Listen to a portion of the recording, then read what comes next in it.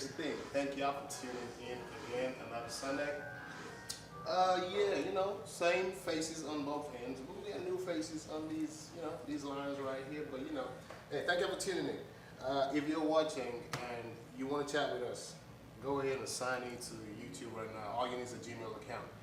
Everybody has a Gmail account these days, so just sign into YouTube, somewhere in the top right corner, and you can chat with us. You can ask us questions. You can vibe with us. All of that good stuff.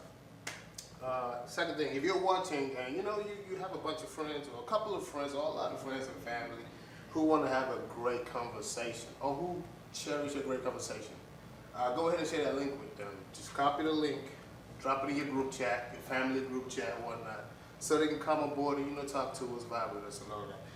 The main thing here is we feed off y'all's vibes, your energies, so the likes, the subscriptions, the shares, the comments. Yes. Go ahead and do that for us so we can get this thing going. What else? Also, let us know if you can hear us properly. Yes. If you can't hear us properly, go ahead and put it in the chat so we can fix whatever problem. If you can't see us properly, you can hear us properly. Whatever it is, just go ahead and type it in the chat real quick so we can take it out for you. Now, if none of those things are happening, give us a thumbs up so we know that we can go ahead and move forward. You know what I'm saying? Like, move forward. But yeah, man, let us know, so that way we can move forward. Other than that, as always, my name is Peter, and today I am wearing this amazing shirt. Super thankful. I love it. This is made by what? House of Otelo. And it's a great shirt. We'll talk more about that shirt later. But without much ado, you introduce yourself, and then I'm John. You're the of course. That's all I got. They know me already. But today we do have executive members from the Professional Association of Young Africans. Yeah. Houston. Do y'all have other chapters outside of Houston? This is just Houston? Right now, just Houston. Yes. Houston. Man, so great. Yeah. That's what's up. Great individuals and whatnot. Turn that volume down a little bit. But great individuals. I'm gonna let them introduce themselves, talk more about Paya. Just tell us a little bit what's coming and whatnot. So So I'll kick things off. So good afternoon, everyone. Thank you for joining us. My name is Teniola Akinyemi Uthman Sulaiman. Amen. Call me. I go by Tenny though. I'm the Chief Operations Officer for Paya. What that means is I manage internal activities, the organization, and kind of special assignments here and there. And really the best part of my job is getting to help and support our officers regardless of what they do. So been involved with Paya since the beginning of this year. Really excited. I am super thankful to be here. Oh, that's awesome. I like what you did. I saw the shirt when we walked in, so I like this. super thankful to be here. I spend most of my time, I'm an associate consultant at Alliant Group, so do some tax work. So, got questions? Get at me. Oh, that's what's up. And I am Chigozie Otum. I don't have as many cool names as my friend Tenny here, but I am the Chief Programming Officer at Paya Houston. And what does that mean? I basically help in planning events, get-togethers, networking events. Recently just had an alliance event on Friday, networking very successful. Shout out to Ziggy and all the other alliance members. And personally, I am a registered and licensed dietitian, so get at me for those healthy holiday Meal trips. preps. That's right. And I don't discriminate against African food. I do not eliminate that from diet. Okay, I'm gonna wait. I have a question for Alex. Okay. And one more thing. Yep. We have our honors ball coming up and it's going to be Africans that make noise, because we make a lot of noise in a positive way. Yeah, positive. In a positive way, making an impact in their industries and their communities. And it's happening this November, the 27th. It's the Saturday after Thanksgiving at the Heights Villa from 7 p. to 11. It's fun, it's networking, it's highlighting those in our community that are doing great things. And I hope to see y'all there. We do have the link in the description if you want to purchase your ticket. Today's the last day actually to get today's the last day. No, not to get tickets, but to get some semi-early bird pricing. Gotcha. It changes at midnight, so hop on it, guys. Yeah, everybody's always looking for a good deal, so go ahead. That's right. Yeah. And I'm going to pass pass it over to our president and CEO, Blonde. Hello everyone, my name is Olamide Kayode, and yes, as Chigozie mentioned, I am the Paya CEO. I'm also the founder of Paya, so we actually started in Detroit, Michigan. Since then, we moved to Houston. We actually have had, to your earlier question, we've actually branched out to Denver, and we are looking to continue to grow and to become a national network of young African professionals in the community. So it's awesome to be here, as Tenny mentioned. I'm gonna repeat super thankful. I was trying not to be corny, but you know what? It's all good. But yes, we are really grateful to be here. So thank you both so much for having us today. We're super excited. A little bit about the Honors Ball. It is an amazing event. It's a dress to impress event. It's a black tie event. So come with your gowns, ladies. Men come with your suits. And come to, just network, meet different people. It's a great time. We actually honor 3 honorees in the community. We're going to be announcing who those honorees are shortly. We've announced one of them, but the other ones are coming. So we honor 3 different people that are making a really big impact, making noise in the community. And we also honor up-and-coming African professionals that are making a big difference in their spheres of influence. So we're really excited about the event. It's a couple weeks away, so yeah, definitely make sure you come out. You can meet us in person, and we would love to see you all in person as well. So yes. Sorry, I was going to ask. So you said it started in Detroit, Yes. and you started it, Yes. and then you moved out. And then to I Houston moved and back brought it. here. Right, yeah. And then that process of trying to start open up a different chapter, and you said Denver. What's that process like? Is it? So we pretty much had to get very organized because, of course, if you're ever trying to replicate a group, you have to have your bylaws in place, and we're a 501c3 nonprofit. So also, if you want to donate to us, it's tax deductible. So we just had to make sure that we had all of our processes in place, who we are, what we do, what our mission is, vision, so that it can be replicated. But yes, we do have all that documentation in place. So we are looking to expand. So if you're in New York, Atlanta, wherever you are, Minneapolis, we are everywhere. That's one thing that I know. And international. Right, and internationally, exactly. We're just really looking to unite our demographic because, I truly believe we are a force to be reckoned with. Right. And so the more united we are, the bigger of a voice that we can have in all spheres of influence. Yeah, you're absolutely right about that, because I think just society as a whole, you hear more about Nigeria in many different ways, from professional levels, entertainment, business levels. Like, I'm just hearing this person's from Nigeria. Like, people are just recognizing Nigeria at the end of the day, and I'm liking that. And Africa as a whole too, definitely. So it's good to hear that. We definitely have to unite and network and work together, because our dollars work better if we keep it within ourselves and support each other. So that's pretty awesome that what y'all are doing. So Good to have y'all, for sure. Don't forget the link to purchase your tickets is in the description. And we could put it in the chat at some point as well. But if you look at the description box of this video, that link is right there. Like she said, the early bird ticket expires tonight. Yep. So jump on it so you get the early bird ticket. Tap. So otherwise, you're gonna be forced to pay full price. You can do that But too. that's okay. Because you still don't have fun. Yeah, A lot of value in that. Oh, I forgot. I did have one more question for you. You said you're a dietitian. That's right. And you don't. And you love African meals. That's right. right. So how do you create a healthy African meal? Because our food is good, and it's a lot of quote unquote unhealthy stuff that still tastes good, like grease and Unhealthy stuff. according wait, unhealthy according to whom? Like what lens are you looking at it through, right? Well, I like egusi soup. I like vegetable soup. Depending on who cooks it, you can have large amounts of oil in there, and I love it. But quote unquote, that's not healthy. So, like, what's an example of like a healthy African meal? I would beg to differ that all of our foods are healthy, right? Overall, because we still consume larger amounts of vegetables, and even of our carbs.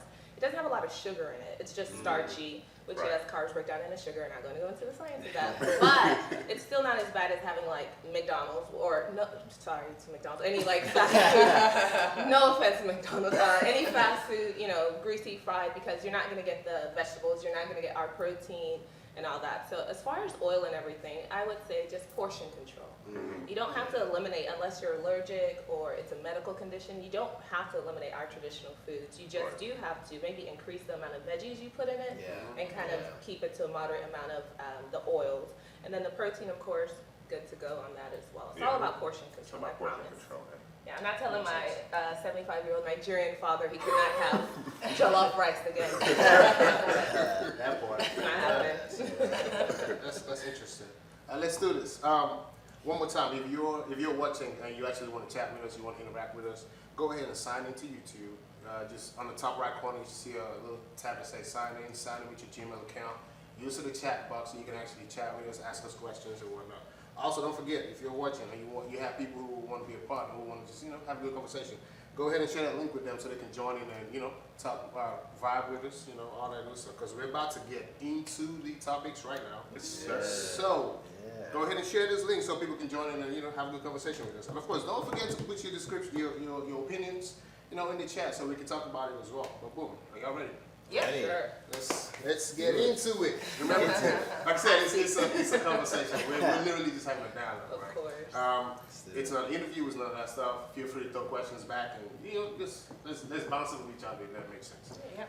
Let's jump to the first one. The very first topic is this, and this is like a little icebreaker to segue into the next topic. Should a man be financially stable before he thinks about dating?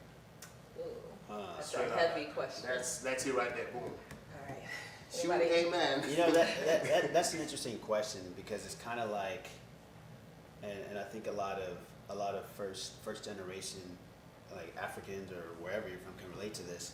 It's kind of like you grow up, and a lot of us are told like not to date, and depending on who you are, like you might have heard this more than others. You're told not to date, and then it's like, why aren't you married? It's like the next day. So it's kind of like, should you be stable? It's like, well, should you be financially stable before you start dating? Well, it takes some time, right, to establish yourself. Whether you're going right into the workforce, if you're going to college, it's going to take some time to build that financial foundation.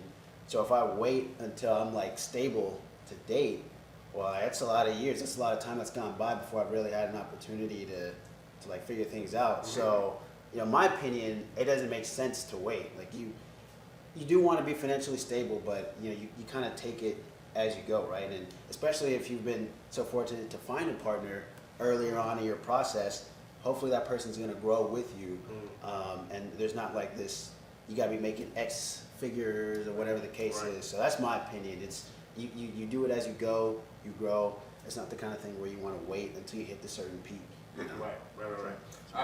To add to that, well, I know we've heard a lot of this. I don't want to generalize. There's a lot of women out there that say, if you're not making X amount of money, I can't even talk to you. If that makes sense. And it's funny because that I can't even talk to you is I can't even date you. We're not even talking marriage right now. I can't even date you. I'm not even open to entertaining you. I'm not even open to having a conversation. I'm not even open to seeing if you're an ambitious person who has more goals to achieve that will take you from point A to take you up there. So it's like when you block it that way, how I hate to say this, but I'm still single. It's like, why do you think you're still single if you're doing X, Y, Z? Not putting all women under one basket. Sounds a lot like we're in the same basket. Not putting all women under one basket, but let's be real with ourselves. This is actually stuff that's happening out there. It's a lot of women, not all. I know you guys are not like that. You guys are you're beautiful women. You're not like that. You're professional. Well, how you know we're not like that? We can say that for ourselves. Keep it real. But no, I think we should talk about it. What's the? Y'all want to chime in? Y'all want to? Oh, sure. Oh, go ahead. Sounds like you're itching, like to answer.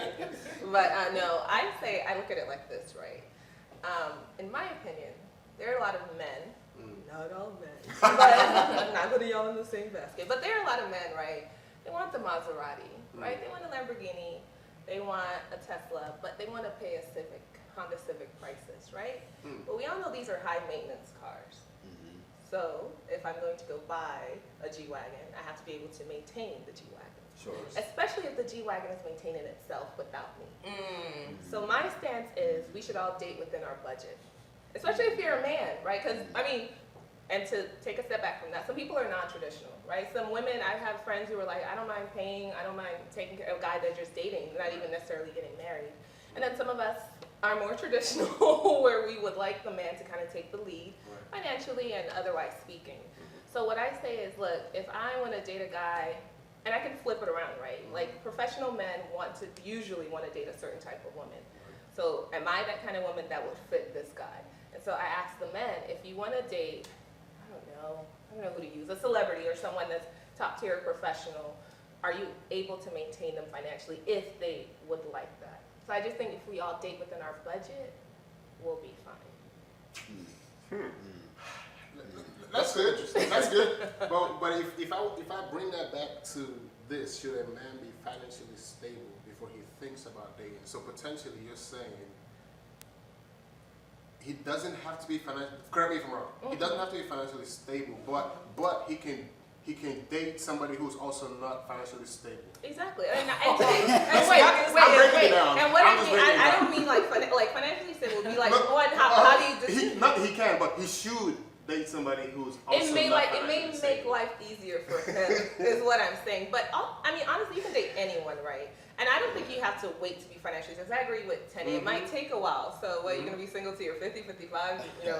No. But I just think, be aware and kind of don't get upset if the person you're dating wants you to have more money. Then that just means this person may not be the best fit for you right now. Right. And Yeah. ever.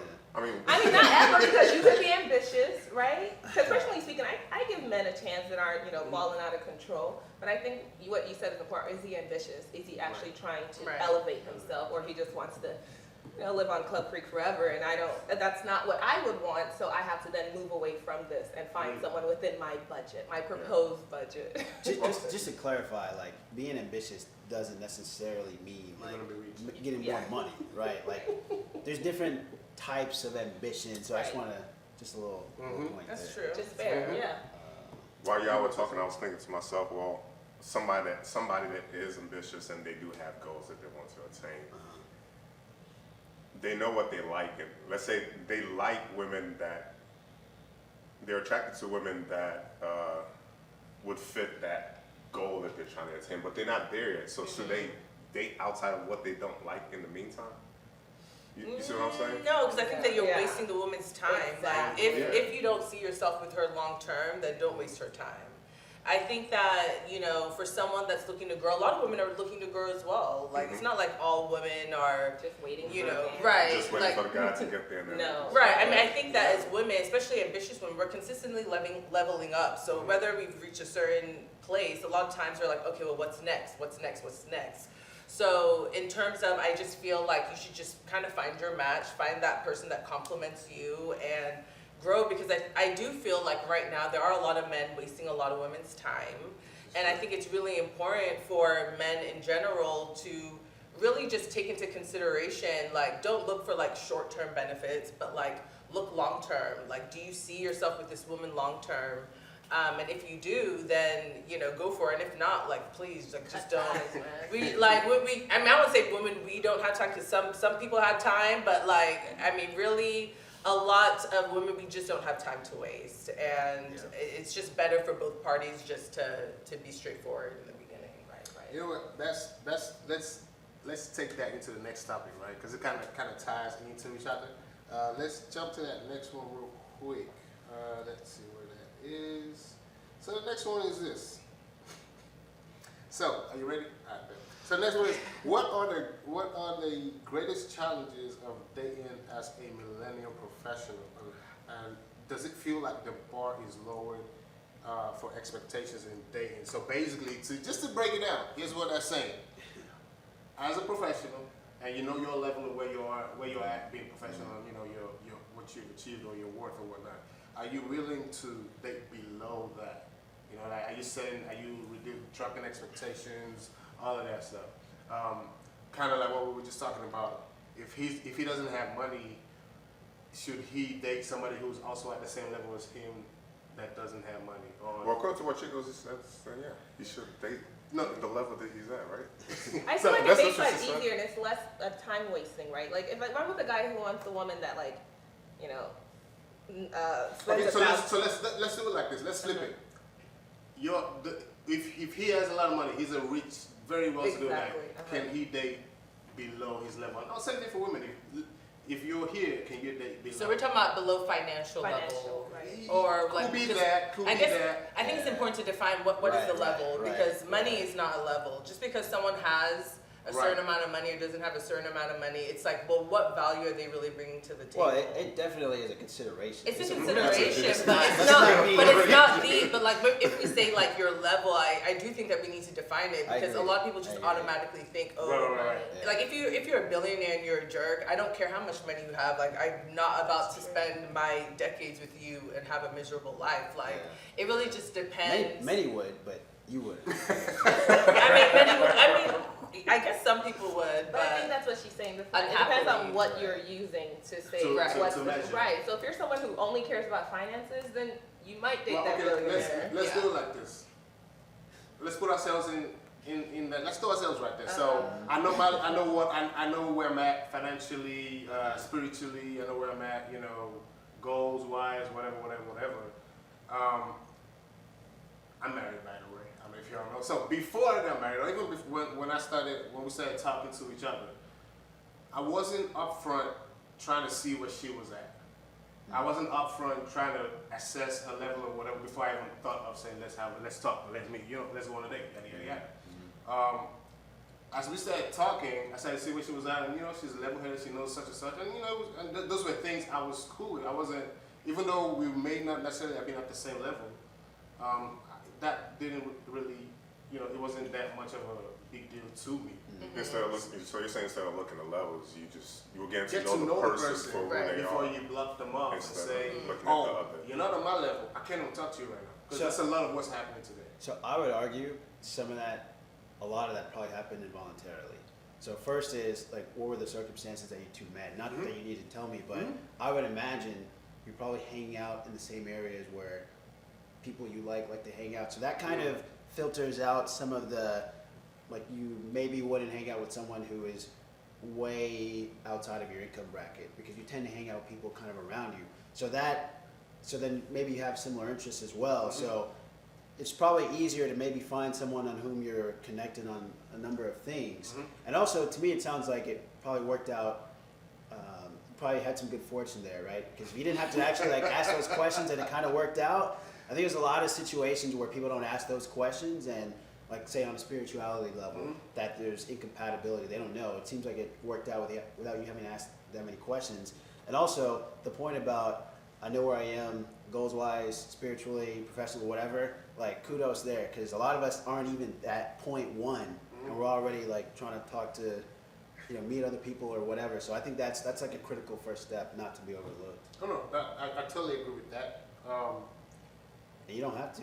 That's cool too. No, I totally, no, because here's, I Tell your definitely, wife. yeah, I try to see what she's talking about, because she might want to say something else, but, no, I definitely do agree with that. No, actually, she said he thought I was cute. That's what Yeah. it was. It's another factor though, right? Yeah. It's So- a big factor. So that's what I'm saying. Let's talk about it. That's a little. I put myself in that. So I want us to talk about those. Like you said, it shouldn't be just be money, Yeah. But for some people, money is the number one on the list Yeah, that they that's look true. at. So money is definitely, like I said, all important. But I threw those other things in there, spirituality. Yeah. So at what point are you saying I'm not interested if they don't have such and such and such? That's what we mean by what is lowering, coming down. Is it money? Is it spiritual? Is it even being able to communicate? Because there's some people who are great at everything, but communication is zero.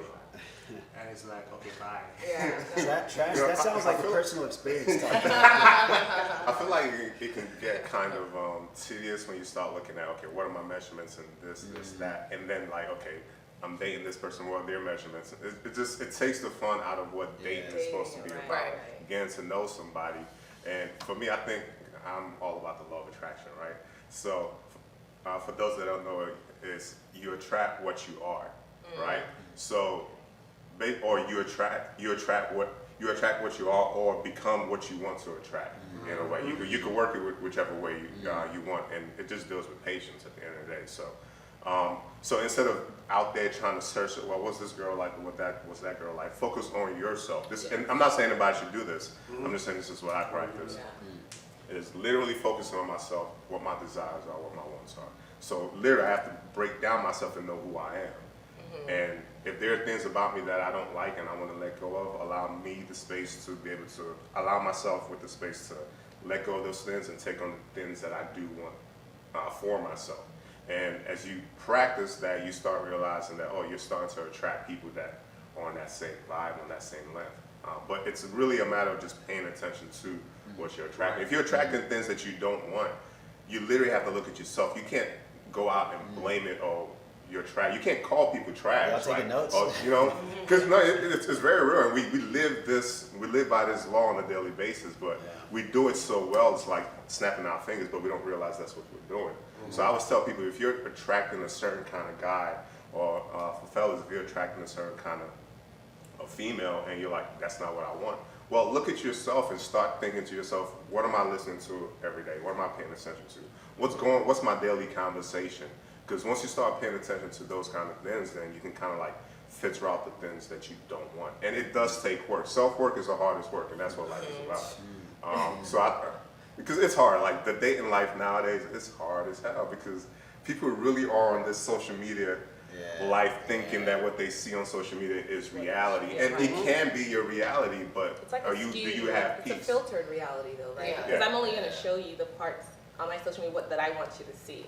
Right. So even some of these like relationship, like these couples that have YouTube and all that stuff, I just feel like that's very, it's too fake for me to use that as a template of what I would like. And I agree with you, the law of attraction is real, guys. It's real. And I think more than anything, because these conversations, like you just said, okay, you didn't think about, oh, you know, was your wife this, was your wife that, but someone else might, right? Some other guy might. So I feel like John is completely correct. It's more about your inner work. I honestly think a lot of people don't know actually what they want. Yeah, Right. absolutely. And they definitely don't know what they don't want until they see it. I think you have an idea of what you want, but when it comes to the practicality of it, like some women might say, I want a rich guy.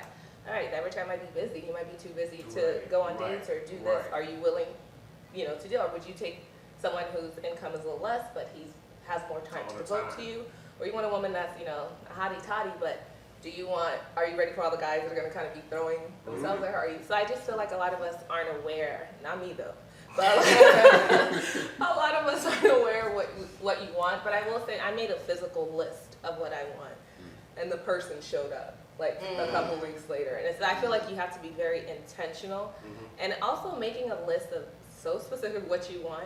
It helps you to clear out what you don't want, because you can now see it like, dang, that's not on my list, or you know, she's not on my list. Or maybe make you rethink what you thought you didn't want. Exactly. Wait a second, that's You not. gotta be intentional. I think being intentional is the best thing. And honestly, finances are nice and all, but I agree with Olamide. You can be as rich as you want. I dated wealthy men, and you get to a certain kind of disrespect, and there's no money that can fix this. And you know, it's about the person, I think, as opposed to their fun. Because finances can change either way any day. Yeah. So, not too much importance on it, but like Tenny said, it's a factor. I'm not gonna lie, it's a factor, but it's not the biggest factor for me personally. Right. So in essence, this topic is basically saying, what's a deal breaker, right? What's y'all's deal breakers in a relationship? No, that's what it. That's No, I'm thinking, I'm going through my deal breakers. I have a list, but I would say my first one is that the person I end up dating and eventually marrying, they have to have a relationship with God, because God is the foundation of my life. Like there's just certain things foundationally in terms of just our beliefs that we cannot differ on. Like we can't. So I feel like that for me is the first thing. And then I think that for me, also just someone that's like really kind, like someone that just treats people very nicely, like just like knows how to, just a very kind person. And they don't have to be someone that like And I'm not talking about kind like someone that just lets people walk all over them, not that type of kind, but really just a very balanced, like they care about family, they care about like the people around them, but they just have a certain level of, they understand respect. Because I feel like a lot of people just don't understand like respect. They don't know how to talk to people. So those are, I think, are two big things. And also, they have to be attracted to them. Oh, yeah. I mean, yeah, that's like probably number 2 after top 1. Now, this did come up, and it would probably be different for you because you did say money's not that, like the biggest thing, but one of our previous topics, I think somebody mentioned how, like, yeah, if they're not, they can be with somebody they're not attracted to as long as the finances are there, you know? I think that's rude. That's rude. Like, why would Well, the thing is, now, what she did say is, after you give it some time, what you thought was not attractive becomes attractive. Changes. Right. Because it changes Yeah. over time. You start realizing who this person is. You're Yeah. like, oh, well, he wasn't that ugly. I thought he was ugly. No, money So it's- makes a lot of people cute. It does. Yeah. So it was always interesting to hear that. Because, I mean, people are willing to bend a little bit. Yeah, because attraction grows. Like, there are a lot of people that when I first saw them, they're like, oh, I don't think they're attractive. But then over time, you get to know them. You learn their personalities. You learn what they stand for. It's just like, you know, their ambition. Like, there are a lot of things that can make someone attractive over time. So, yeah, it doesn't have to be like first glance, oh my gosh, X, Y, and Z. But yeah, I definitely think you can grow. I think if anybody had to pick the external looks or who the person is, I think most people would pick who that person is. Yeah. Yeah. I mean, yeah. I don't. I think you can grow Yeah. attraction with the personality Yeah. and what kind of person, you know, yeah. There's some people that don't. Yeah, they don't care about some that. people are like, That's They're But just looks gonna- fade. Like, if that's what you want, like, okay. I think if that's they the might only look- thing you want. Right, then then just like in 20 years, 10 years whoever you're looking like married, they're not gonna look the same like how they right, look now. everyone changes, People right? change, right? Yeah. It's life. I mean, that's the thing about long-term relationships. Things change, right? So that guy that was the athlete doing Ironmans and whatever, who, you know, maybe gets in a car accident or something and is no longer able to be active, like, how does that change the dynamics of the relationship? So I'd say for deal breakers, similarly, and maybe the only thing I would add is just like, what is her long-term vision of life? Like, that is something that has to be very clear early on in terms of raising the family, what we want our careers to look like. We have to be aligned on that. Right. Because that kind of answers those questions of what happens when things go sideways. Right. We've got a clear plan, not to get like too into it, but it's also like the family, right? Like, because it's, you know, it's like So they say. elaborate on that more in terms of raising a family, because we are talking about millennial, Yeah. in terms of being professionals, Right. mixing that into family. Like, what is expectations? Because nowadays you see a lot more females that are like super professionals. They're sitting at the top. You're a CEO.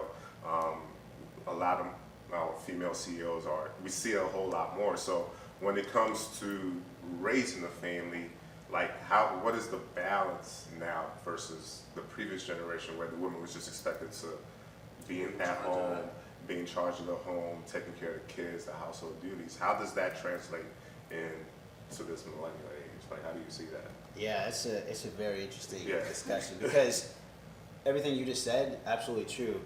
But then there's people who still want to do what's like the traditional route, or there's plenty of men out there who are happy to be a stay-at-home dad, right? So it just kind of depends on what the situation is. So it goes back to being completely aligned. I mean, for me, like I'm a professional. That's my expectation for me, like for the rest of my life, right?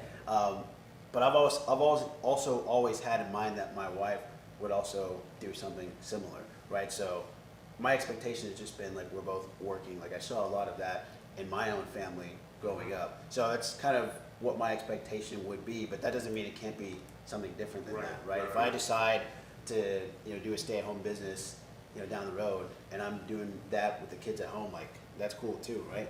So it's like figuring out what is each person's plan, along the way or long term, and then trying to walk through that. But again, like things change, people change, your interests, like there's a lot of variables is what I'm saying. It definitely feels like this millennial age is more open to like the blended roles of the roles of the household versus. I feel like back in the days, it always felt like it was just this way. Yeah. It was like a one-way type of aspect. I think we're a lot more open to blending the roles, and it's nothing to see a man in the kitchen now, or doing the laundry, doing household duties. I'm not saying this is true, but I've also heard that men are actually very, very good caretakers of children, actually more than women sometimes. I don't know about that. So I'm just saying. You went a little bit, yeah. But no, too far. what you were saying earlier in terms of just like, because I don't know the exact statistic, but I think that it's something like Black women are the fastest growing entrepreneurs in the country or something like that. Yeah. And you mentioned about like Black women CEOs and different things like that. And I mean, I can't speak for all women, but I know that like, for example, for me, someone who, is very ambitious, career-wise, entrepreneurship-wise, just like overall, I guess mentally, in every area of my life, like for me, I guess just being that, I don't know if you would call it alpha female, when it comes to my family, I absolutely want my husband to lead. Like I do not want to, even with me being a certain way outside of my home, when it comes to me eventually like marrying someone and like having a family, I don't want to be the head of my household. Like even so, it's just kind of like, and I feel like that's a lot of women. Like we can be, these great X, Y, and Z, be leading, I guess speaking in front of like boardrooms, all these different things. But at the end of the day, like I want to come home and I want to be protected and feel safe and feel like I can lean on my husband to be able to lead and to have a vision for our family, to be very decisive and just to like take the lead. And not saying that he makes all the decisions. I mean, that doesn't work, but like I don't know if. How does that play out in terms of, do you expect him to come to you and be like, okay, well, in terms of making the decisions, like, do you want your 2 cents into it, or do you just expect him to know? Oh yeah, I think it's going to be a conversation. I mean, I think a part of leadership is just being able. It's not about being like dominant and having some like, I don't know what the exact word is, but just kind of like dominating over your family. I think true leadership is is being a servant, like a servant leader. So it's essentially I think that my husband is going to need to know how to be able to hear me, but at the same time, like if there's something that we disagree on, then there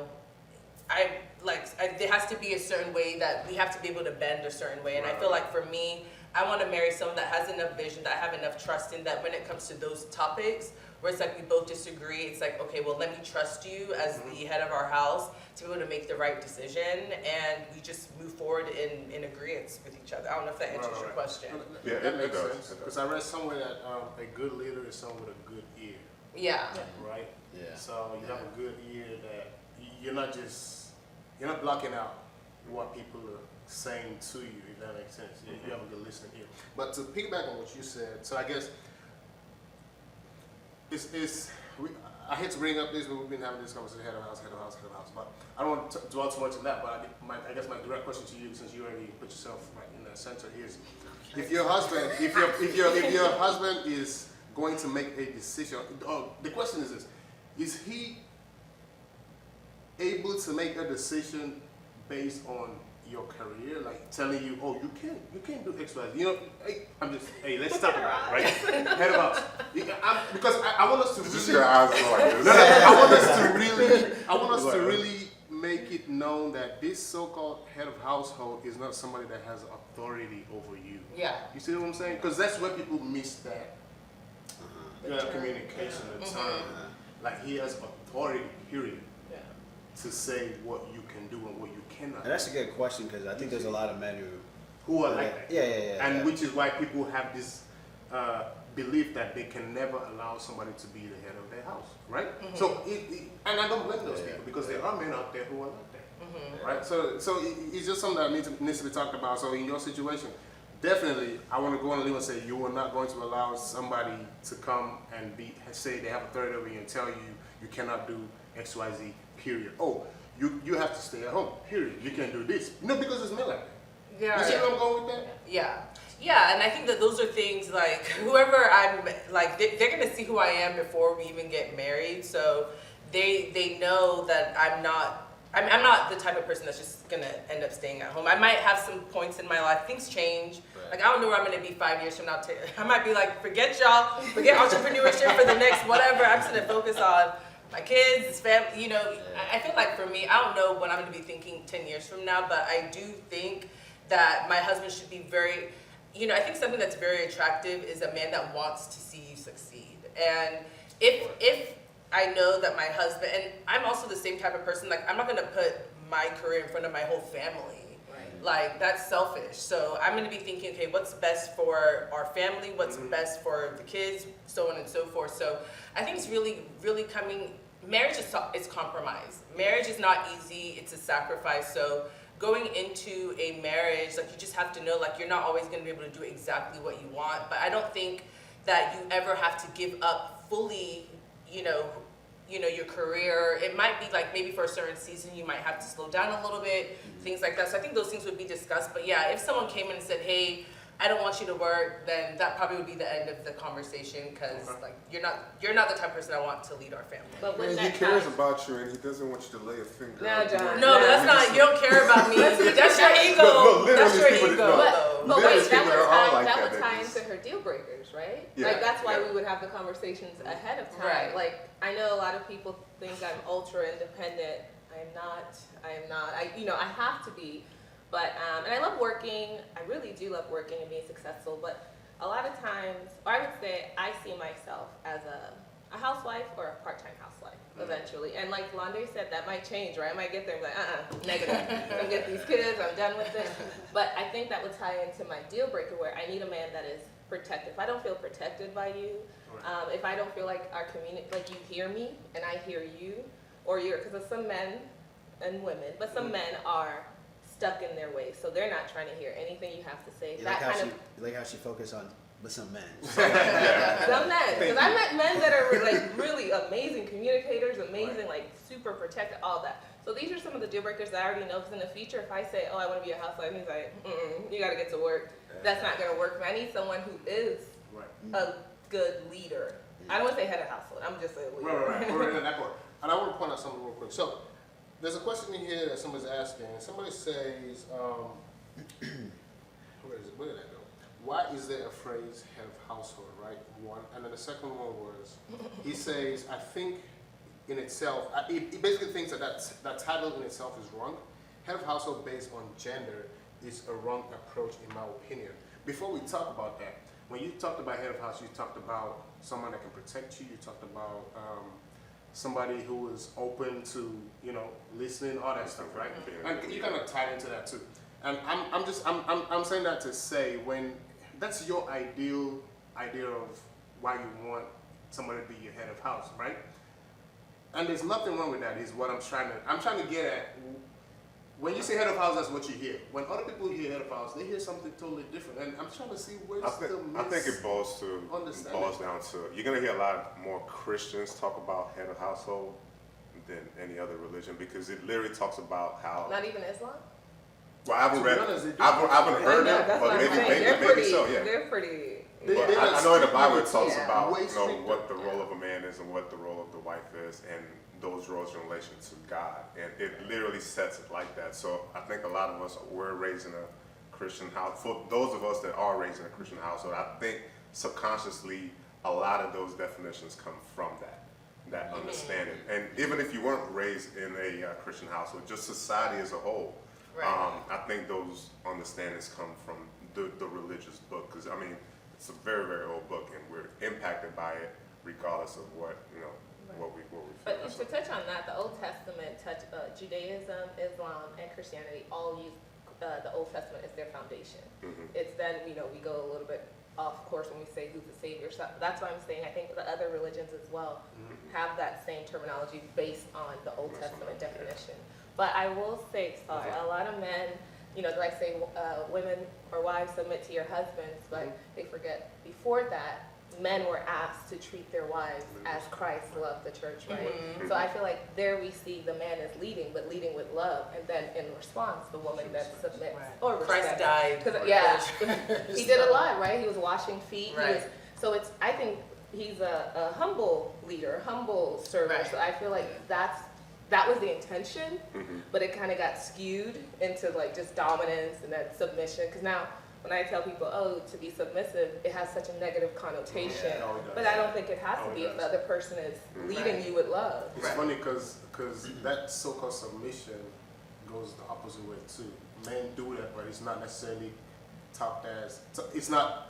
It's always wife submit, wife submit. So it's never been men submit, but the truth is men do submit. Right. So they're I mean, and it's even demonized. Like, if you're a man who cares for your woman, who You're a opens simp. the door, you're a simp, you're a loser. I or mean, you're gonna you play, got to be bro. careful nowadays because Yeah. Why? you don't want to be a total simp. Come on, John. What's No, that? sir. What's Dude that? is John, girls what's out that? here that are really taking advantage I mean, of a lot that's of true, guys. that's Then true. stay away Don't- from them. I don't know. I don't know what Then to you tell make you. that Well, I mean, list if later. she's doing some things right, they're willing to bend and But then John, end up being a if simp. he had made that list ahead of time, he would I have mean, you're absolutely right. taken but advantage of, right? Yeah, definitely, and we do recognize that, but at the same time, we can't turn a blind eye to just what the dating world is looking No, like of for a lot course. of people. Like, Social media is yeah. really messing So everything up. I want us. There's 3 comments here. I want us to talk about it real quick, and then we Okay. jump to the last topic, right? Yeah. So the first comment, which I introduced before, right, we didn't definitely talk about it. Cheese says, I think the title head of household itself is wrong. It says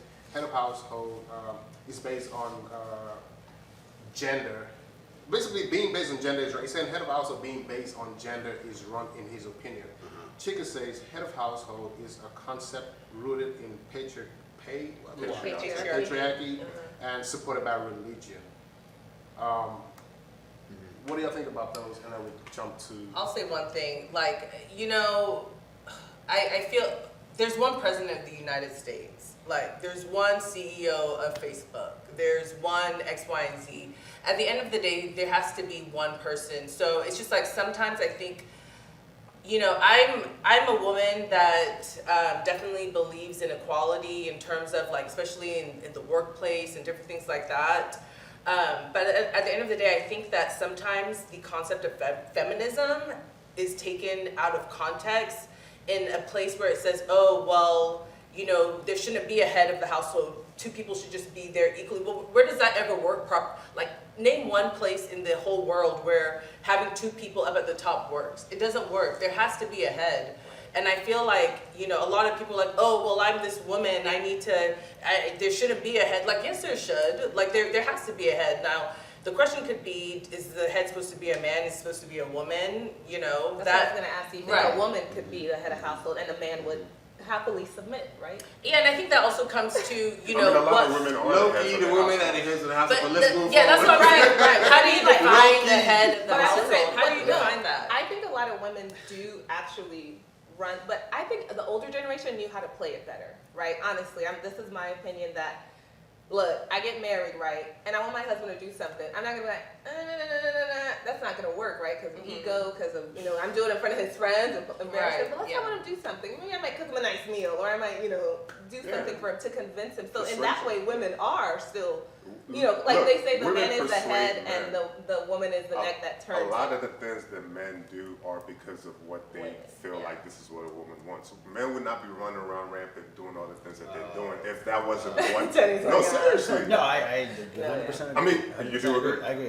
But that's what Because I'm if you saying, disagree, that- it's okay. No, I I feel like this generation has taken it a little bit too far where they're just like, it has to be like my way or the highway, as opposed to kind of being a little more coy about it. I feel like you can convince your husband or your wife to do a lot of things I mean, women without that- taking them out of that head of household Right. position. Yeah, and then going back to the leadership, and I like what you said because it's one person that has that responsibility to lead. And what makes a really good leader is somebody that you said that is a good listener. Like the leadership role is really just a representative of the whole. Like say for instance the president. The president literally is supposed to be the representation of every one of us. And you know, it's scaled to a certain way to make it work because it is a system. But that is the initial creation of what it's supposed to be. So it's not somebody that's what we call a boss running around telling everybody what to do. That's not the role of the head of the household. The head of the household is a representation of the family unit, you know, and moving in the best interest of the family unit, not for themselves. But you know, that's a really interesting point. But I was gonna say, the boss is not necessarily the person who's running around whipping it. Like, but sometimes you do have to do that. Right. Sometimes when Right. shit's not going well. But I will say, But how is it done? Well, That's the thing. you're right. I You agree know? with that. The other thing I'll say is to your point about, I forget the wording you used, but the point I was going to make is it's all about the individual. Like, how do you define the head of the household? Like, what does that mean to you? Or even what you mentioned earlier about, I'm not going to put my career before my family. But, Right. but it kind of depends on the person, right? Maybe me spending those extra hours is actually going to put us in a better place 3 or 5 years down the road. So that's actually in the best interest of not just my family, but the future generation. So it's all dependent on the individual. And you see someone doing this on social media or whatever, we have no idea what the internal thought process is, what the internal motivation is. So for me, it all comes down to what's the individual, what or for the pair, the two of you. What do you want to do with your life? Right. Yeah. I definitely agree with that.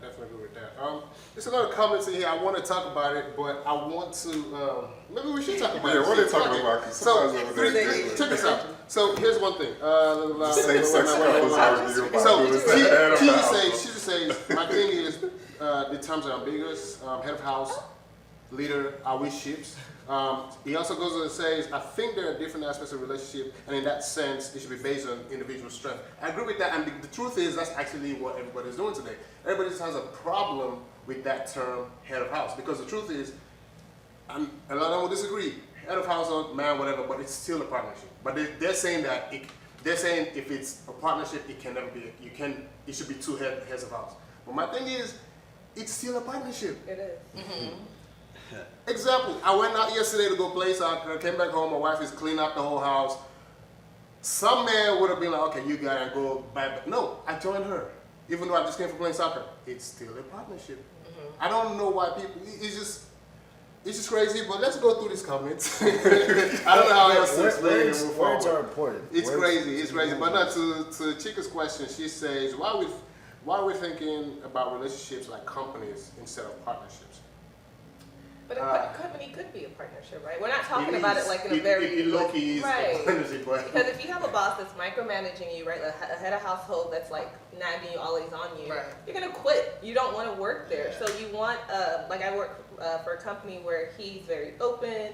He trusts me completely. He's still leading the company, right? So I can see similarities with that in a marriage. Like I don't think there's any one person that's like, hey, you're doing this 100%, you're doing this 100%, because like they said, what if someone gets sick, or what if there's an accident or something happens, so Yeah. you can't cook because I'm the one that's supposed to be cooking.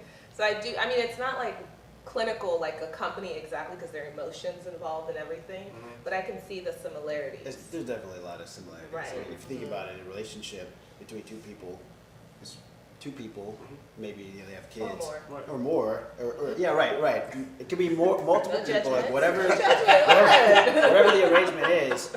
It's a group who are working towards some endeavor. If that's building love in the relationship or Right. raising a family or whatever it is, that's Right. like a company. They have Exactly. a They have mission or goals, purpose. Right. So there's some similarities. I will say, of course, if it's like something happens in the company, like you get fired and So you can also get fired Yeah. from a relationship, so you can quit a Right, there's a lot of relationship. similarities. I definitely feel like a lot of the systems that we create are based on natural law. So for instance, the system of the family unit, that's what the system of government is based on, you know? It's the same thing with companies. The way the hierarchies and the way it's simulated is really just based on what we naturally learn from how to run a family, how to protect, how to grow, and, you know. So, I mean, you can't, it's all relative, so it's not like we're not comparing one to another. It's really one literally came from the other. That's how I Right. look at it. Absolutely. that being said, let's jump to the last topic, so we can we need to talk about that as well. We'll go through the comments later. So this one goes. Why do, and this is a good topic to be honest. Why do you think children of African parents tend to only follow the paths that their parents approve of? Why do they have such a hold on us? And how do you think our generation finding success outside of these paths is influencing and affecting our parents? Low-key, we don't care about that last part. But no, let's talk about it to be honest. So why do we think a lot of us children of African parents tend to only follow the paths that the parents approve of, that our parents approve of? I feel like, because I was basically raised here, but I was born in Nigeria, but my parents were very traditional, so I feel like I was just raised in Nigeria in America. But honestly, Africans and other cultures, but just Africans are very family oriented, right? like, you're probably not going to get married without your wife meeting or your husband meeting your family and vice versa. Whereas I have American friends that are like, it doesn't matter what my parents say. It doesn't. So we're very, it takes a community, it takes a village. So that's why if my parents are telling me, like, they wanted me to be a doctor, it didn't happen, I'll consider it because I get what they're saying. And to touch on, like, why we continue to follow those paths, like, for me personally, last year the pandemic happened, right? I'm in healthcare. I never lost my job. Whereas I saw people who were outside of healthcare struggled. And not to say, I'm all for you following because I love nutrition and health. I actually love science. But I can see why parents want you to be in the STEM because they want to ensure that you have security when they're no longer here, right? Which is fair. If I have kids and they're like, Mom, I'm gonna be a stripper. I'm gonna be like, let's talk, right? Let's flesh it out. Let's talk about it. Let's talk about the logistics of it all. So like, look, I'm gonna be an open-minded parent, but I can understand why you continue to follow the certain paths because your parents just want you to be secure. And I think it's the same way why they force us to get married. Not force, my bad. They force. They strongly encourage you to get married. Very strong. Because they want that security for you. But on the flip side, I think a lot of them are now seeing, like, one of our honorees, Grace Africa, shout out to Grace. She is making waves, making big noise in her comedic live online presence. And, parents are seeing, okay, so there's a pathway here. It's no longer that traditional this, but that this still does work. But I think I see a lot of parents, they're still upset about it, but if you're finding success, period, I really think they don't care, as long as you're successful. But question to you, so everybody actually, so yeah, they do tell you, especially when it comes to what you want to be when you grow up, or your career and all that stuff. So you were in healthcare, you liked it, right? Or Love it. Before you got into it, you Love it. I always want to be a doctor. Exactly, right? But there's this situation where you don't even care about that stuff, but they want you to be that stuff. Yeah. Where is that? Why is that? Then show them your plan. Show them, like, Mom, Dad, I know you think I'm crazy, I want to be a stripper, turning back to that, right? But here is my plan. 5-year plan. Yeah, my 5-year plan on stripperhood or whatever. But that's kind of the interesting thing. It's like you have to go to that extra step. Like if you want to be a stripper, let's say. Or anything else, right? Let me just say anything else. But like for me, yeah. I feel like not that there's anything wrong with it. I really feel like if you have a plan as a stripper and it makes financial sense and you're okay with it, why not? I mean, I'm not knocking strippers, but I feel like there's plenty of other options. Not unless if the environment that you're in and that's literally the only option, then I get it. Or your best option, But right? Because we would all look at it, like, my best option was healthcare. Something, because I started off with pharmacy, but I was like, I need to be in health. It was my best option. Yeah. So that's what I'm saying. I really feel like if you have a concrete plan of where you're going in life and how you want to get there, I think anything's up for discussion. Anything legal. I would just say, to the point about doing something non-traditional, it's interesting that it kind of forces you to do that much more work in terms of planning, demonstrating that there's a path here because it's outside of the typical fold. But I do think, in terms of why do we follow the culture? It's because it's so strong. You go to anywhere in the world and talk to Nigerians, and it's the same or Africans, or in general, kind of whatever country you're from. It's a very similar narrative, and I would even argue this first generation, at least in the U.S., kind of wherever you're from, it's a similar narrative that there's an expectation that you're going to do these types of roles. And like you said, I think we recognize that there's value there, right? We've seen people who maybe took other routes that struggled. Maybe they were happier, so that's cool too. But I've certainly found solace in, I've been very fortunate and comfortable going down a path that my parents told me to go. Right. Yeah. Oh, go ahead, sorry. Oh, no, go ahead. I feel like it works for some people and it doesn't work for others, in the sense of, like, as human beings, we're made in the image of God. So it's like, if we're not creating, I don't feel like we feel fulfilled. Yeah, because it's that fulfillment of life. Like, what am I here for? So, and there's nothing wrong with taking a career path that works and you have the stability in terms of money and all of that. But I always hear about people that are reaching retirement and they just feel like they've wasted all these years. They've made all this money, but they don't feel like they've really done anything to impact, not even impact others, but just impact themselves intrinsically. Like, what have I done? What have I created? You know, they always feel like there's something missing. So, again, there's nothing wrong with taking that route, but always tap into something, like whether it's just painting or sculpting, just do something creative that can make you, you know what I'm saying. Let's focus on marriage. Take No, it meaning back. would you take if they say no to who you bring? Oh, like our parents. Yeah, because we're talking about parents now, how they're shown, right? Yeah. So let's focus on that. So maybe we'll get more. I mean, if they say no, By all means, I definitely feel like, I'm gonna talk about myself, my culture, it's very, very controlling, and I feel like it can become very, very unhealthy for, I would say this, especially women, because the expectations of yesterday are not today's expectations. Like, we've evolved so much that we can't take steps that only work for the past. But if that's what's expected, we stay on the same level, you know, in a way. And I mean, it's like a. Which is not a bad thing if that level is like a good level. I mean, it depends. It depends. It depends on who that person was destined to be. It depends on how controlling and dominant is his family. It depends on, does this person feel like they have a voice in their own life, you know? Yeah. Like, you know, if my parents are constantly saying, hey, you need to be a doctor or a lawyer, but dude, I am very, very talented musically, you know, but my parents are so, no, you're gonna do this. And I'm like, well, dang, I really love music, and I'm out there busting my butt trying to find a way to put together music, whether it's working to buy myself a piano, but then you have your family like, no, all of this is nonsense, leave that alone. It's like there's that little child inside of you that's constantly dying when you hear that, you know? So, and again, not saying that it's the same for everyone. It's just sometimes it doesn't work like that, and people are out there like suffering internally because they can't fully be who they want to be.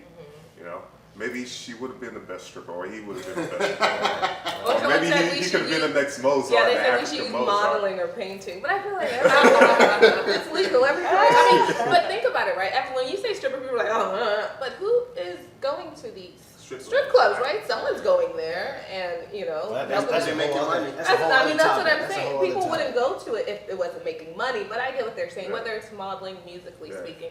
But I think to talk about what you said, if your partner is controlled by their family so much, when y'all get married, Oh yeah, that's a. is he gonna It's gonna be be a able to problem. kind of set Yeah. those hard boundaries? I think that's And that's a huge obstacle. And I think coming from where we come from, we love family so much that we just put up with it. And we just like, this is the way it is. Yeah. But when you and get a new we family, we do you do that gotta- a lot. And then tying it back to what Peter talked about in terms of marriage, like, whew, like the older generation were used to like just the arranged marriages. Yeah. Like, how can you translate that to today's world? Especially, I mean, for people that are still living in Nigeria, that's one thing, you know. But for the people that are a little bit more westernized and they're living in London, in America, in Canada, and like, let's say you were born in these places, you're still Nigerian, but you were born in a totally different country, a different way of moving. Like, somebody trying to arrange marriage for you is like, what? Like, But is it also arranged marriage? Like if I say, oh my gosh, Lonnie, I have this guy that's perfect for you. He wants to get married. You want to get married. That's a form of arranged marriage, right?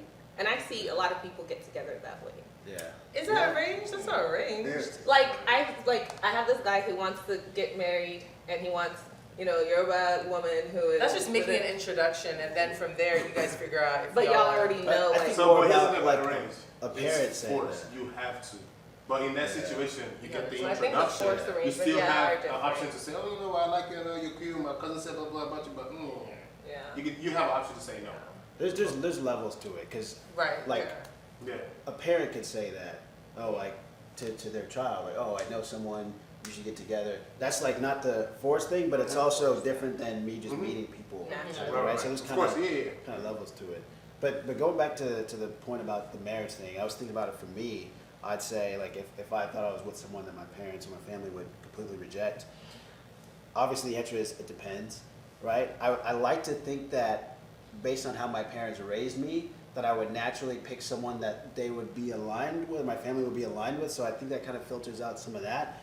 But, you know, at the end of the day, like, you have to make a decision. You know, I'm going to be with this person for my life, the rest of my life. I want my parents to be around forever, but they're not going to be here the whole time, right? So I got to think about it like on a, you mentioned like if there's an issue with the other person's family, how long does that issue really sustain, right? So I think about it from that perspective as well. Yeah. Somebody made a comment. She says we consider our parents' wishes because of what they have gone through to give us a great life. On the other side, my parents have always told me that happiness is what comes first. And that's a little tricky. Is what comes what first? Happiness comes first. And it's true, they always say happiness comes first, but then when you're in a situation where they don't necessarily like what you think is what gives you happiness, Yeah. how do you move forward? That's You see what I'm saying? that's a tough one. Yeah.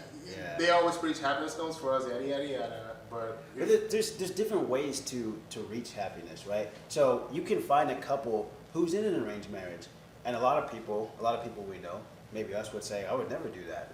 And you can find those people who are absolutely happy because they appreciate the reason why that was the approach, right? It's to ensure that, hey, my family, me as a child, I end up with someone who my family's aligned with, we have the support that we need if there's issues, and then as I'm with this person, we make it work. We appreciate what the situation is, and we become happy together, right? So that may not be ideal for someone else, but I'm just saying there's different ways to achieve that happiness. So if there's an issue with the parent who's saying, look, the way you're going about this is not right, maybe it's trying to convince them. That's a tough one.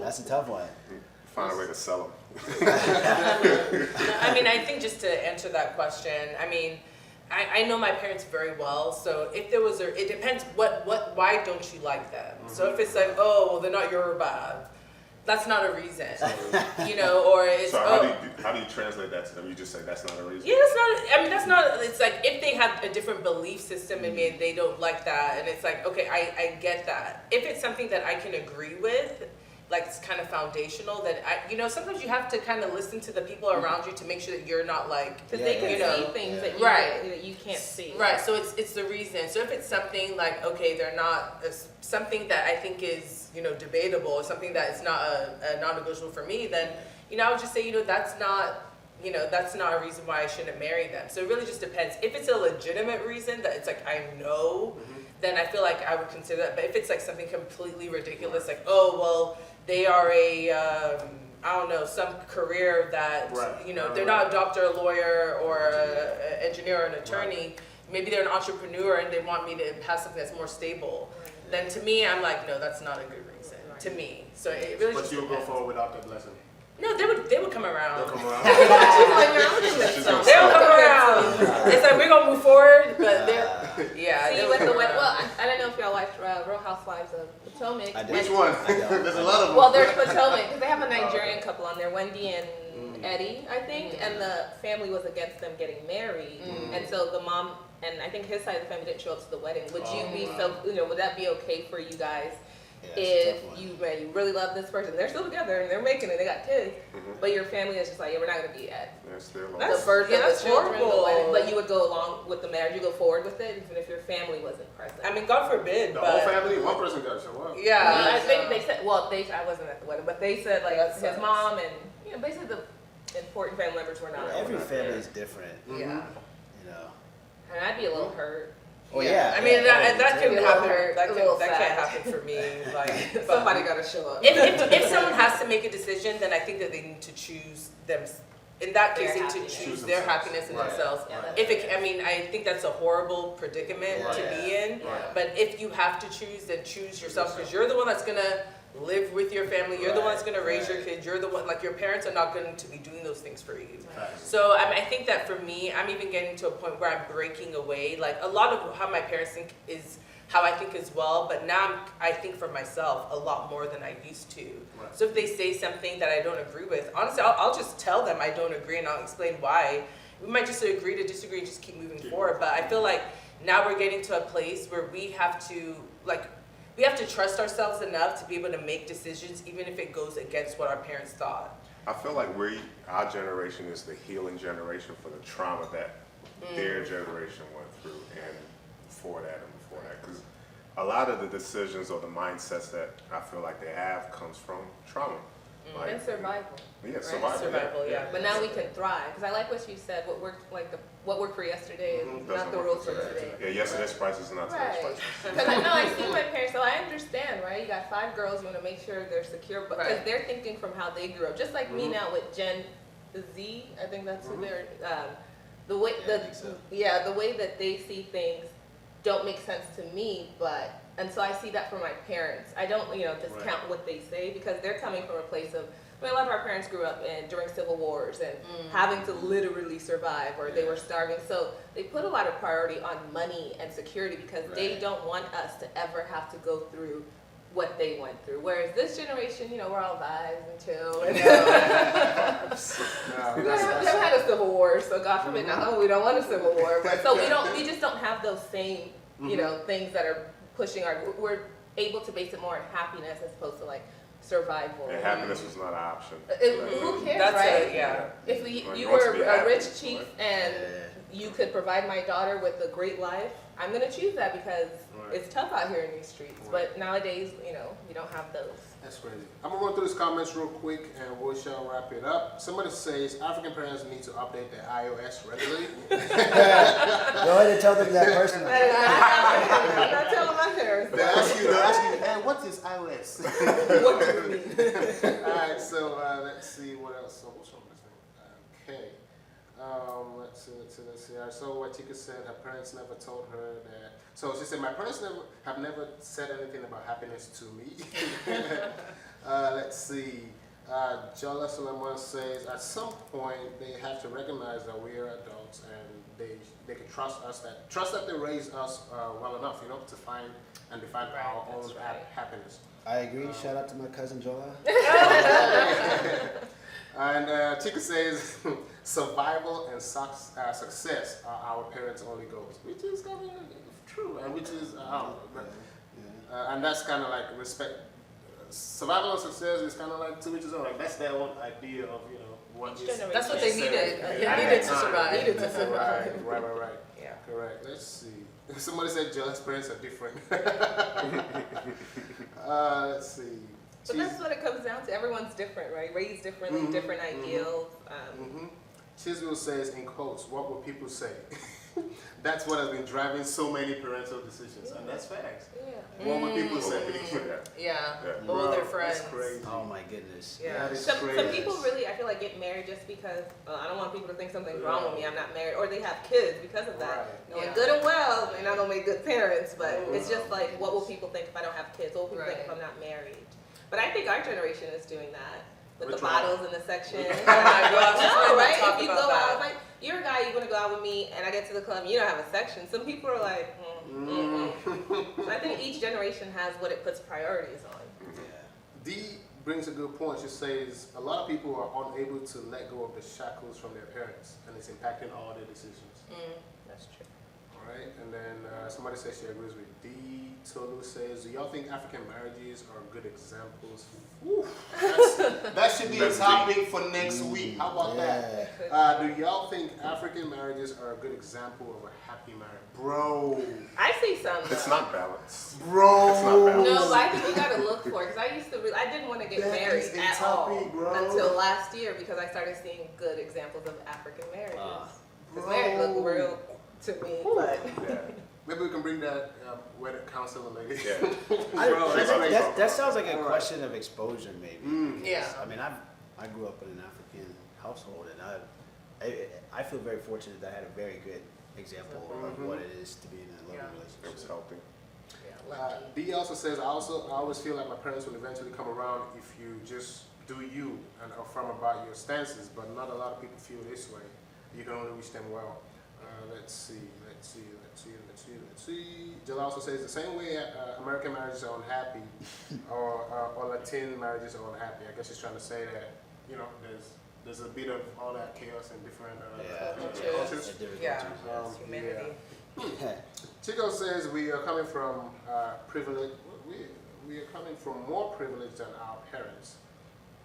Yeah. Yeah. We have I the agree. luxury 100%. We have the to luxury. seek Happiness, you can like what you were saying earlier, like, oh, you know, find, and I completely agree with it, but you were saying like, oh, be creative, like if you want to paint, if you want to, it's like a lot of our parents, like they were worried about painting, they were worried about putting food on their children's, it's like that wasn't even a luxury in their children mind. and their parents. Right, They they're have to thinking take care about of their family, right, other family. right, or how am I going to pay for my child's college, or if 100%. people even have that luxury. No, So we're privileged. I do think it's a big, We're it's sitting a, here, it's a we're privilege. privileged. I gotta It's give it important, to, but it's a privilege. I gotta give it to Tolu, man. He also says African and Nigerians especially love weddings, but I don't see a good example of marriage. I agree. I agree.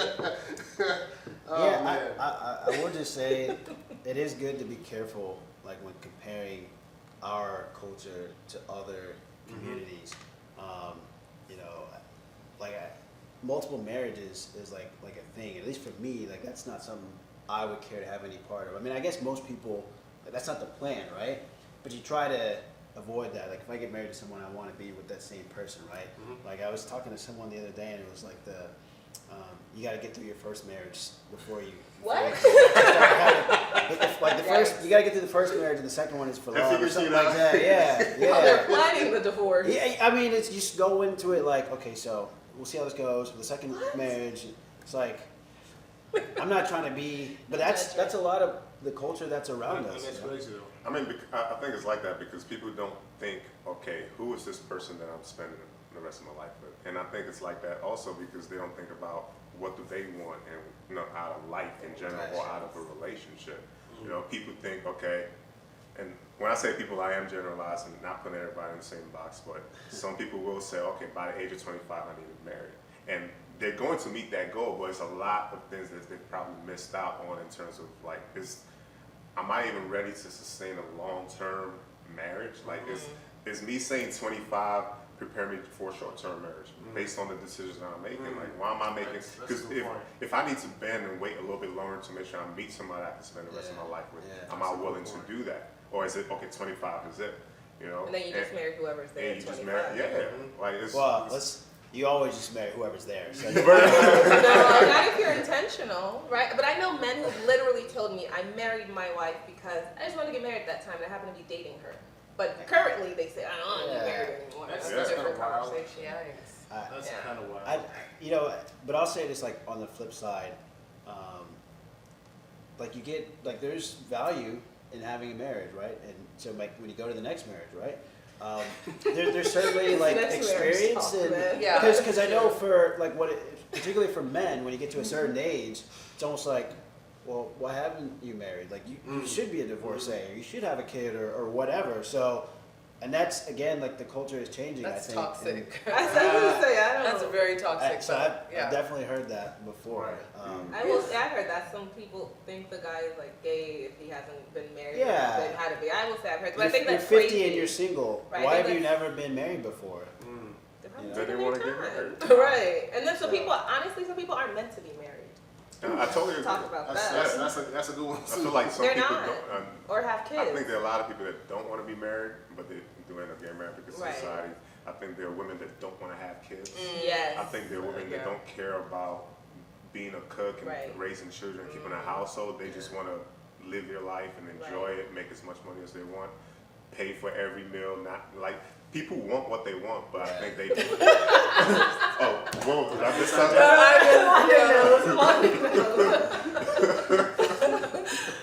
Check this. Good conversations. Yes, yes. Thank you for coming out for sure. Don't forget, the Paya Ball is coming up. Yes. Professional Association of Young Africans That's in right. Houston. Right. The ball is coming up. The link is in the description somewhere around. Yeah, just look at the description of this box. Before we end, what should people look forward to Yeah. for the ball? I can talk about it. So for the honors ball, if you come out, first of all, you're gonna have an amazing time. You're gonna be able to meet amazing, like-minded individuals and just network. I mean, life is about meeting people, connecting with people. It's not about, what is the phrase? Your net worth is your network. Your Your network network is your net worth. That's So, right. I mean, it's just so important to be able to go out there and meet people that are doing things like you never know where those connections are That's going right, to take that's you. right. Or people who So- are above you a little bit, and then you can grow, right? Absolutely, absolutely. Mentors, Yes. and as well as being a mentor. It's better to give than it is to receive. Yes. But for the actual night, not only will you be able to just network and get to meet lots of amazing individuals, we're going to have a 1-hour open bar. So the first hour, drink responsibly. That's right. You can Uber there. Maybe you can take a couple Yeah, more be drinks, responsible. but make sure you drink Do not responsibly. drink and drive. But we will have a 1-hour open bar, and we also will have food. So What you'll be kind of able food we to got? African food. Oh, we got Yes. You'll see what we have when you get there. How Like, about we'll see. that? How about that? So please be on time. Be Be on on time. time. Be on time if you want to have the 1-hour open bar. And then, yes, we're also going to be, as I mentioned, we're going to have 3 honorees and then some rising stars. So we're going to be able to just share people's stories and just inspire each other, just to make sure that we're just, all living our best lives and just being the best that we can, and whatever that means for each person. So it's going to be a lot of fun. Tell us about those tickets again. What did y'all say about them tickets today? Midnight. It ends the early bird special, and you can still buy it tomorrow. You can buy it solo too anytime. But if you're like me, you want to save a bit of coins, hop on the link in the description box right now and go purchase your ticket. Yes. And also because you guys have members, right? So anybody that wants to be a member, There's a what's link that in there process for like? that as well. You can Okay. do it's a little bit of a discount as well if you buy your Honors Ball ticket and buy your membership as well. So go on. And if you want to donate, you just love who we are, what we do.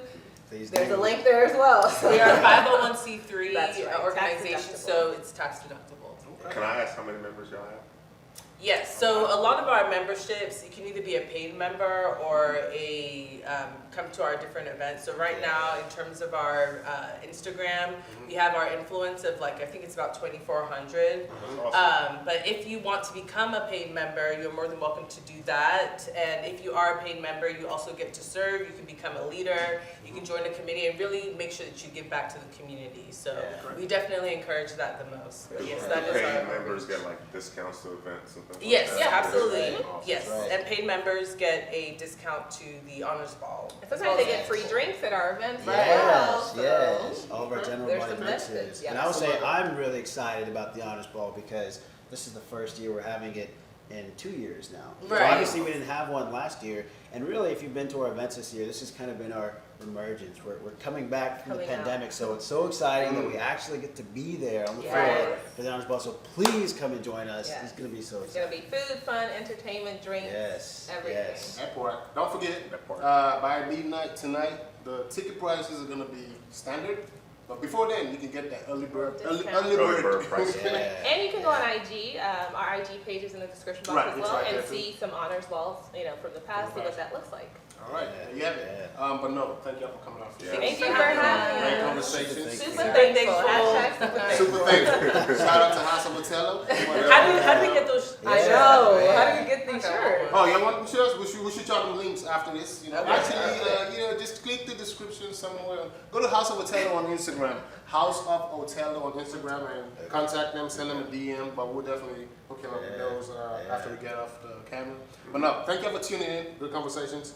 We're gonna be back next week. Hey, Mr. Tolu, VTJ. Hey, we want you on the show. Let's talk about this stuff. Toast, he's actually one of my closest friends, so Let's do it. next time he's in Houston. Oh, he's on Houston right No, now? he's not in Houston. But I want you to come and yeah. shake some We table, can man. join virtually or something, right? But no, we thank you for tuning in for sure. Yes, thank you for the yes, comments. Thank you for all the, getting us going. We really appreciate it. We'll be back next week, same time. Don't forget to like, comment, subscribe.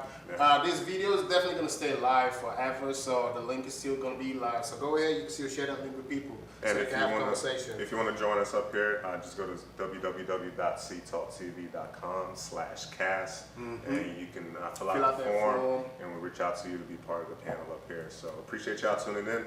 And thank y'all for coming out. Yes, Thank you thank for y'all. having And us. hey, make sure y'all get your tickets for the ball. That's Yes, right. definitely. And also remember that black men don't lie, cheat, or steal. What he That's said. What he said. Sir. I love it. I love it. I love it. I love the Thank you for tuning in.